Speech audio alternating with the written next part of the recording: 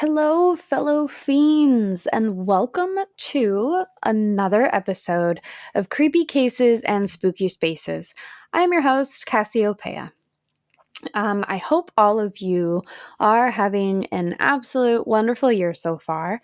Hoping that you're keeping up to those resolutions, and if not, don't feel bad because who really does? No, I'm just kidding. There are a lot of people who actually hold up to those resolutions. I just hope that you're living your best life and you are doing what makes you happy, no matter what it involves. So don't forget, head over to pizzaandpigtails.com. That is the Pizza and Pigtails Productions website where the Creepy Cases and Spooky Spaces blog is located, and also the merch store. And there's some really cool things on there, so definitely go check it out. It also homes the Wiccan Fae candle shop, so definitely go check that out.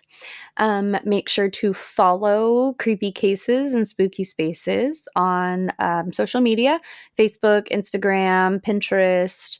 And don't forget to subscribe to Patreon or Anchor. You get early access to weekly episodes, bonus episodes, and also a nice little thank you swag box. Also, if you're listening on your favorite podcast platform, don't forget we now have video on YouTube. And I've actually been spending a lot of my time learning how to edit podcast, video, audio. I've been having a lot of fun doing it too. And it's so much fun. It's just a great feeling when you achieve something on your own and it goes well and you like it and you're just like, yay. And that's literally what I do when I figure something out. Actually, it's probably a little more like yay and not yay, but it depends on the level of achievement as to the level of excitement that's really given. Um, but let's go ahead and get to today's episode. And don't forget, some of the content can be a little spooky for smaller ears. So listener discretion is advised. So today's episode takes us to St. Joseph, Missouri, where I'll be telling you about a mansion, a haunted mansion. One of those that actually started off as a private residence in the 1800s until the owners passed away. Now, when it became quite a few things, actually. It was a safe place, a orphanage, an assisted living home, a place for the mentally ill, a drug and alcohol rehabilitation center. So it's now what stands as a nod to the history of the area and paranormal investigation venue. With so much history and so many people from all walks of life passing through its doors, it only makes sense that the home is haunted. So today's spooky space is the Beattie Mansion.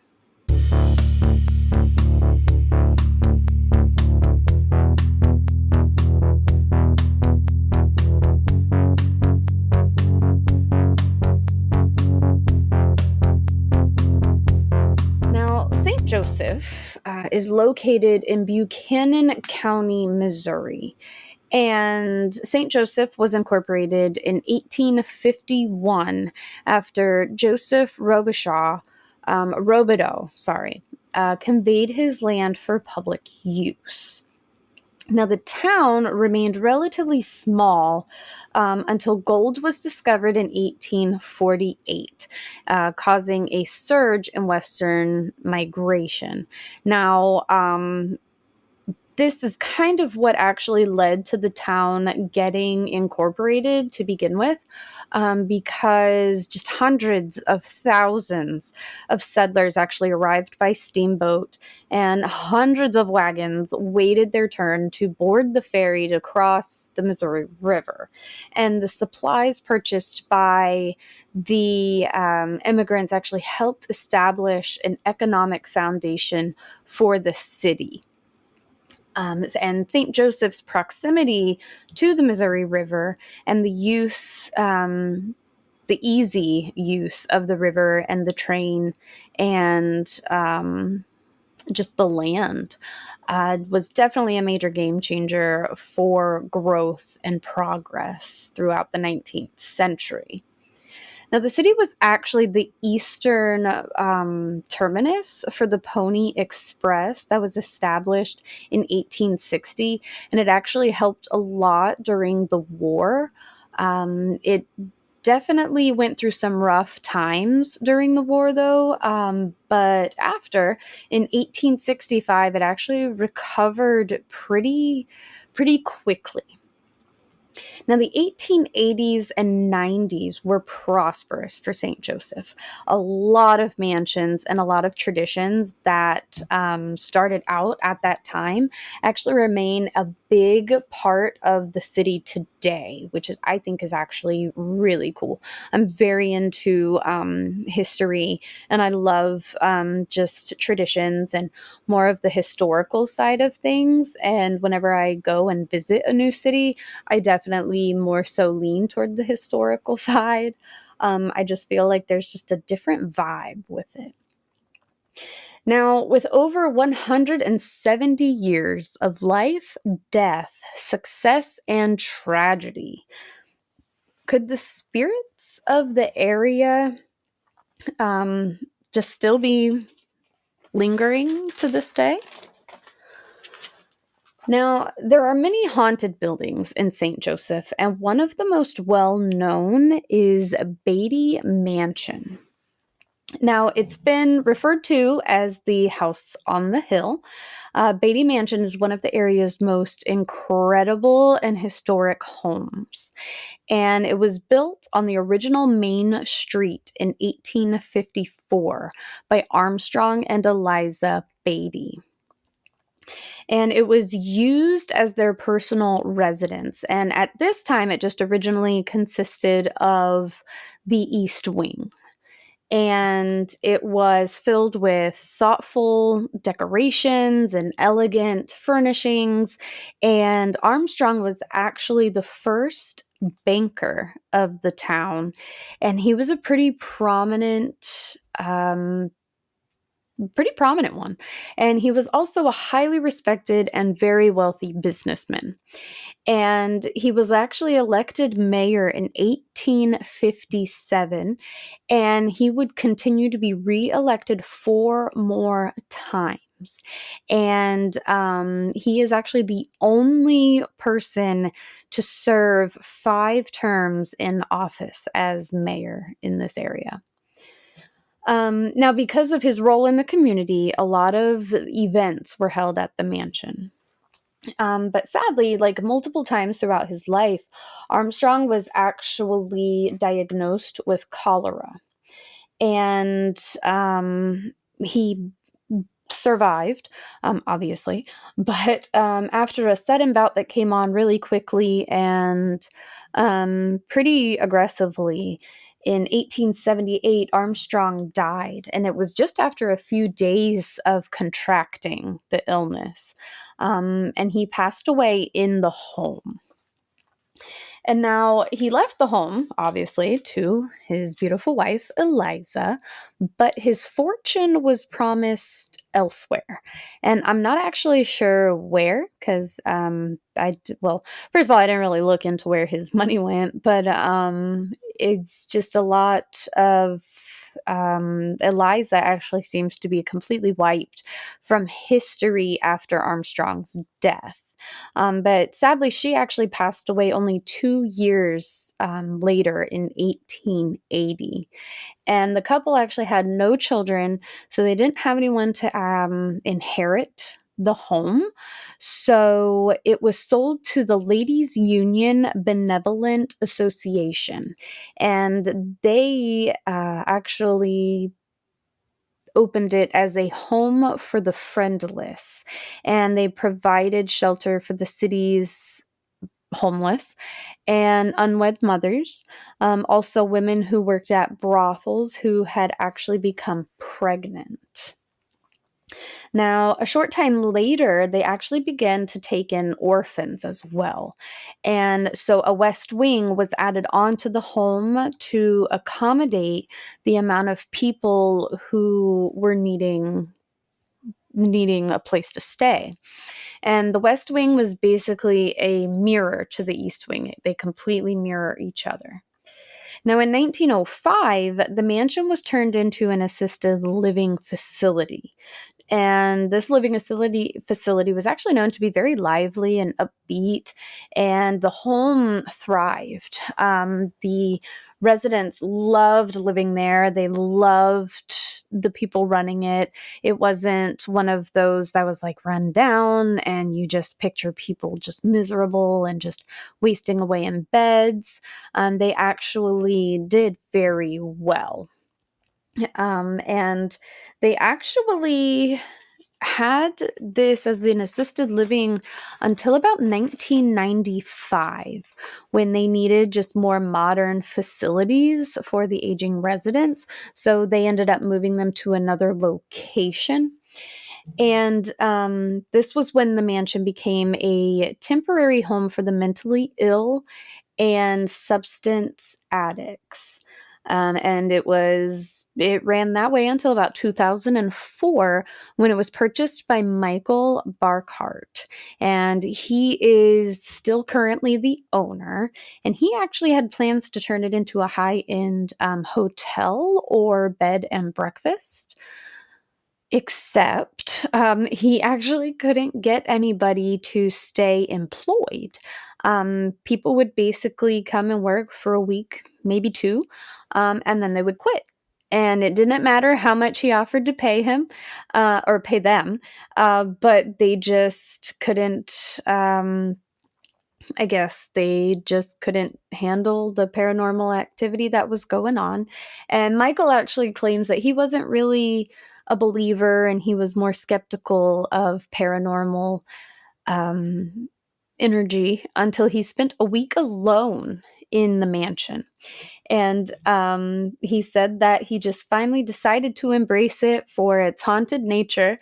And in 2017, he opened up the doors so people could come to experience the spirits firsthand. And I think that's pretty cool. Like, I get it. You're not really a believer, but then something happens and it completely changes your mind. Now, with so many people of all walks of life to inhabit the home, and most were in the throes of struggle, confusion, and anguish, and I'm sure there was a lot of trauma, and we know that there was even death in the home. Um, it just creates the perfect recipe for a haunted mansion. And now, perhaps some of them are angry and seeking revenge, or some of them are just lonely and seeking companionship. And what better way to reach out to than people who are actually there to see you? Now, the most common experiences reported by visitors are voices, apparitions, shadow figures, and singing and whistling. Now, during the initial renovation, the numerous contractors actually experienced some of the activity, and a lot of them actually refused to come back and work. And I actually hear about this a lot. I did the Riddle House, and a lot of contractors and people who were working on the home or cleaning the home, they experienced a lot of paranormal activity as well and refused to come back. And I think a lot of it is you there, and it's not anything bad against, the people who are working on the home, but you're kind of going into the territory of the spirits. Like, this is where they have felt comfortable. This is where they lived. This is their space. And to go in, and of course, they just don't understand that it's no longer, um, they, I don't want to say that they don't really have like control over it, but they technically don't. And so I think that they just get a little confused and they're kind of like, hey, man, I didn't tell you you can move that chair. Let's put it back. And then all of a sudden the chair is moving across the room by itself. But it's definitely one that I see a lot is the when the contractors are working, they're like, no, not today. Now, investigators who have entered the mansion have actually found a number of spirits who still dwell within. And there has been quite a few, the home contains quite a few spirits from different time periods, which is actually kind of cool in itself as well. And just different time periods throughout history. And of course, at some time, um, there weren't a lot of records really kept, but so it's difficult to pinpoint who some of the people are and some of their I guess I shouldn't say some of their identities, but some of like who they could have been is assumed. Like one spirit seen on the second floor is actually that of a 4-year-old girl.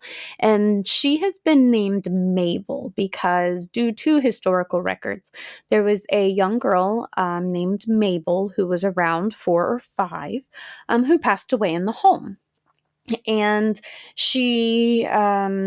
but this little girl is seen so often, and she's often seen playing and sometimes screaming, sometimes laughing, yelling, just having a good time. But she's seen so often that she's actually been given her own bedroom upstairs. And I think that's kind of cute. Um, but spirits of other children, and it was an orphanage at one time, and I'm sure that there was sadly a couple, of children who passed away in the home. But they have been encountered in the kitchen, and there's been so many experiences and encounters in the kitchen that it's considered a hot spot in the home. And most are seen just kind of playing or sitting or just passing through the kitchen. But there's actually been a lot of adult apparitions seen walking through the kitchen as well. So it's definitely, if you go visit, definitely check out that kitchen. Some have encountered a man in a white shirt and coveralls, and he is often seen walking through the halls and in the basement. And people say that he actually likes to laugh and he's a little bit of a trickster. They say he's not mean. He's assumed to be the home's former caretaker. And they say that he's not mean, but he does inquire why you're in his space. And that's why they think that he was the caretaker, because he does kind of fit that role a little bit. Plus, to be seen in the basement, he was either a creeper or he did a lot of work. And so he would need access to all of the supplies for that.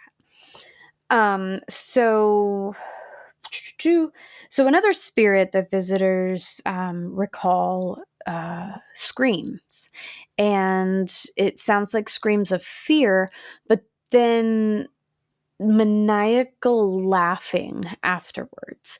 And they say that this spirit is very childlike.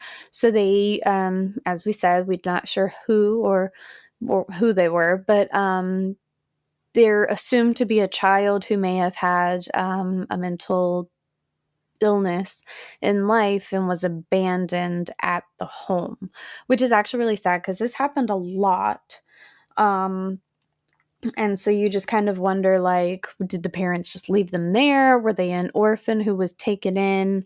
Who were they? Now, there is also one entity that is said to tease and terrify visitors, and even going so far as to physically touching them. And some people think that he's actually trying to communicate, that he's not really trying to scare anybody. He's just trying to reach out and just trying to be seen. And I kind of wonder, like, if that's what he's doing, how can we reach out and find out what he needs? Um, Armstrong himself has actually been seen pacing the halls of the East Wing, and usually he can be heard whistling to himself, which I would love to encounter that myself. Now, the most prominent spirit, I'm sure you can guess, is Eliza. Now, she's actually been seen quite a bit, and she's actually very protective against, well, not against, but she's very protective of the home. And she really doesn't like visitors who are more aggressive towards the spirits. And so I don't want to badmouth anybody, but if you've ever watched Ghost Adventures, the way that Zach goes in sometimes is he gets a little aggressive with the spirits, and of course they answer back, and I've seen him like get scratched or burned, or even like I think there was one episode I watched where he even got like shoved or hit. Um, they don't like that. You know, you're going into their space, so try to respect it just as you would expect respect from somebody who was coming into your home. But yeah, so I mean, you can't really blame them because this is their space and they may not have control over it anymore, or but at the same time, they still inhabit and they still live there, and we are just visitors. But Eliza is actually often heard singing as she moves through the home. And so, as you can see, there's a lot of paranormal activity, and there's no shortage of energy, and there's no shortage of apparitions and voices and footsteps and opening and closing doors and lights turning on and off and whispers and touching um and everything that I've read, all of the articles, all of the stories, all of the things that I've heard say that it's not malicious, it's not evil, and it's actually very welcoming and a warm environment. And so that's pretty cool. And you can actually, because of course you're going to add this to your spooky space bucket list. I mean, you just have to. But you can go online to the beattiemansion.com, and I'll actually add that in the credits of this episode, to book or to set up a tour or an investigation, or if you just want to go and check out. I believe they actually do overnight visits as well, which is pretty cool. May have to add that to my to my spooky space list. But you can actually email them at beattiemansion at